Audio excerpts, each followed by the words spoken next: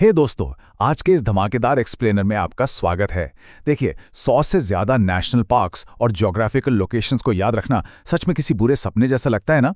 लेकिन आज हम इस बोरिंग से काम को एक बहुत ही मजेदार और कभी ना भूलने वाली सिनेमैटिक सफारी में बदलने वाले हैं। तो तैयार हो जाइए। अब सीधे मुद्दे पर आते हैं। एग्जाम्स के लिए इतने सारे जंगलों और नेशनल पार्क्स के नाम रटना, भाई ये सच में इम्पॉसिबल सा लगता है। पर टेंशन बिल्कुल मत लीजिए, हमारे पास कुछ ऐसे अल्टीमेट चीट कोड्स और मेमोरी ट्रिक्स हैं जो आपकी सारी मुश्किलें आसान कर देंगे। तो आज हम क्या क्या कवर करने वाले हैं? बहुत सिंपल है।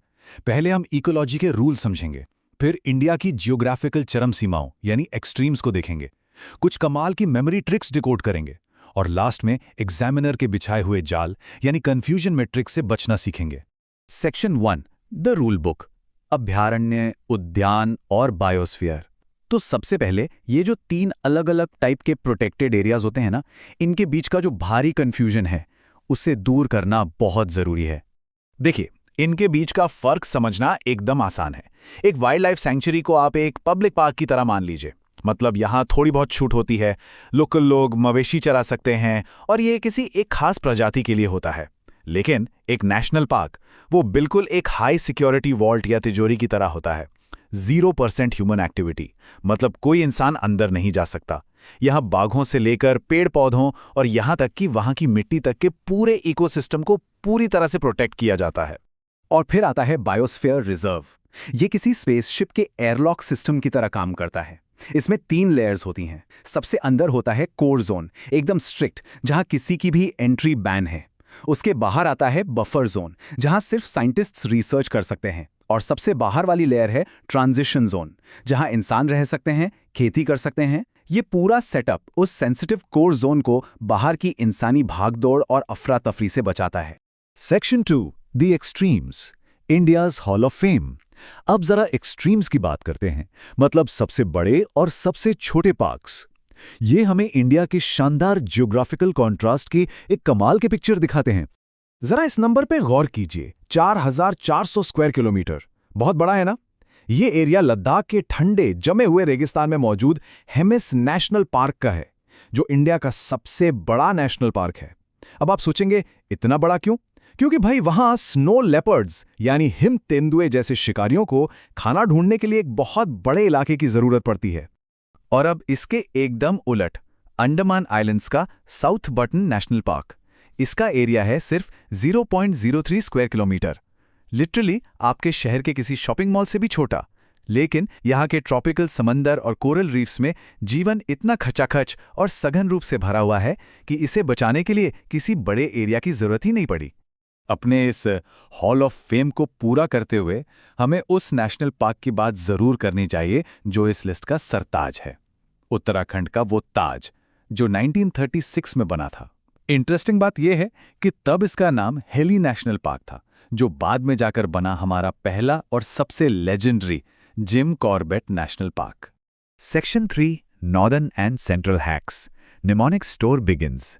चलिए अब इन मेमोरी ट्रिक्स का पिटारा खोलते हैं जो आपको एग्जाम के भारी प्रेशर में भी ये सारे नाम याद रखने में मदद करेंगी। शुरुआत करते हैं जम्मू और कश्मीर की खूबसूरत वादियों से। यहाँ 3 बहुत ही इंपॉर्टेंट पार्क्स हैं। दाचीगाम, जो अपने खास कश्मीरी हिरन यानी हंगुल के लिए फेमस है, सलीम अली और किश्तवाड़। अब इन्हें याद कैसे रखें? हमारे पास इसके लिए एक बहुत ही ड्रामेटिक सी लाइन है। ध्यान से सुनिए।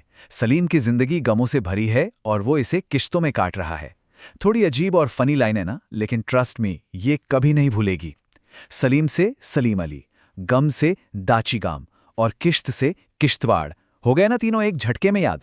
अब चलते हैं सेंट्रल इंडिया के घने बाघों वाले जंगलों में। मध्य प्रदेश, जिसे टाइगर स्टेट भी कहते हैं, इसके नाम पूरे 11 नेशनल पार्क का रिकॉर्ड है। इसमें कान्हा, बांधवगढ़ और पन्ना शामिल हैं। पन्ना जो अपनी डायमंड माइंस यानी हीरे की खदानों के लिए भी जाना जाता है। और हाँ, कूनो नेशनल पार्क को तो आप जानते ही होंगे। अभी हाल ही में अफ्रीका से लाए गए चीतों की वजह से ये पूरी दुनिया की न्यूज में छाया हुआ था।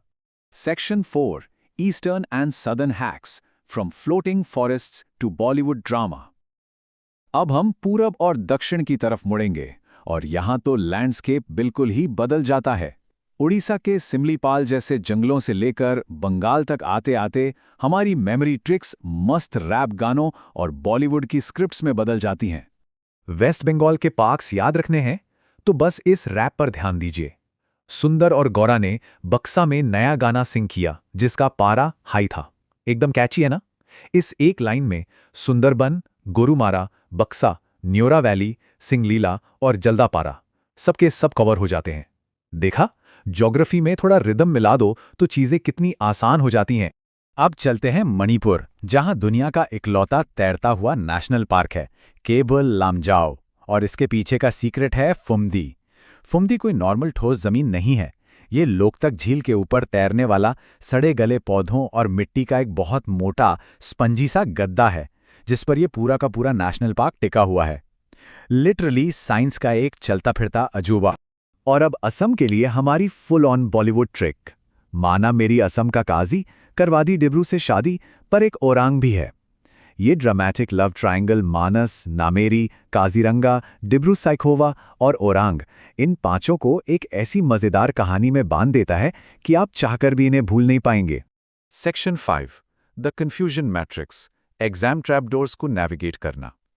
अब बारी है एग्जाम सेटर्स के सबसे फेवरेट हथियारों से निपटने की। वो पार्क्स जिनके नाम एक जैसे लगते हैं या जो कई राज्यों के बॉर्डर्स पर फैले हैं, यहां गलतियां सबसे ज्यादा होती हैं। ये वाला ट्रैप देखिए, राजीव गांधी। एक ही हिस्टोरिकल नाम है लेकिन ये 3 अलग अलग राज्यों के बिल्कुल अलग इकोसिस्टम से जुड़ा है। राजीव गांधी औरांग असम में है, राजीव गांधी रामेश्वरम आंध्र प्रदेश में है और राजीव गांधी नागरहोल कर्नाटका में है। मतलब अगर आपने एग्जाम में सवाल का आखिरी शब्द ध्यान से नहीं पढ़ा तो बस एक गलती भारी पड़ सकती है। बिल्कुल इसी तरह सिर्फ एक शब्द गांधी जोड़ देने से पूरी की पूरी ज्योग्राफी ही बदल जाती है। संजय नेशनल पार्क मध्य प्रदेश और छत्तीसगढ़ के घने जंगलों में है, जिसे छत्तीसगढ़ की सीमा में जाने पर गुरु घासीदास भी कहते हैं। लेकिन अगर आप इसमें सिर्फ गांधी लगा दें, यानी संजय गांधी नेशनल पार्क, तो ये आपको सीधे महाराष्ट्र में मुंबई शहर की कंक्रीट की बिल्डिंग्स और हलचल के बिल्कुल बीचों बीच ले जाकर खड़ा कर देगा। Section 6, the coexistence question, walls around nature. अब इस एक्सप्लेनर को वाइंड अप करने से पहले चलिए अपनी इस ज्योग्राफिकल नॉलेज को एक बहुत ही डीप हिस्टोरिकल और इकोलॉजिकल रियलिटी के साथ जोड़ते हैं। अंडमान के इन मरीन पार्क्स को याद रखना बहुत ही आसान हो जाता है जब आपको पता चलता है कि Mahatma Gandhi marine national park और रानी झांसी मरीन नेशनल पार्क का नाम हमारे फ्रीडम फाइटर्स के नाम पर रखा गया है, और इन दोनों का सीधा कनेक्शन उसी अंडमान के पानी में मौजूद खौफनाक काले पानी की जेल यानी सेल्यूलर जेल से है। हिस्ट्री और ज्योग्राफी का ये अनोखा संगम हमारी याददाश्त को एकदम पक्का कर देता है। बायोडायवर्सिटी की इन हाई सिक्योरिटी तिजोरियों को देखकर आखिर में हमारे सामने एक बहुत ही झकझोर देने वाला सवाल आता है। क्या नेचर को बचाने के लिए चारों तरफ कंक्रीट की ऊंची दीवारें खड़ी करना और इंसानों की 0% एक्टिविटी लागू कर देना, क्या यही एक अकेला रास्ता बचा है हमारे पास? क्या हम इंसान जंगली जीवों के साथ मिलजुल कर रहना यानी कोएग्जिस्टेंस का तरीका पूरी तरह से भूल चुके हैं? सोचिएगा जरूर। इस विचारोत्तेजक सवाल के साथ आज का ये एक्सप्लेनर यहीं खत्म होता है।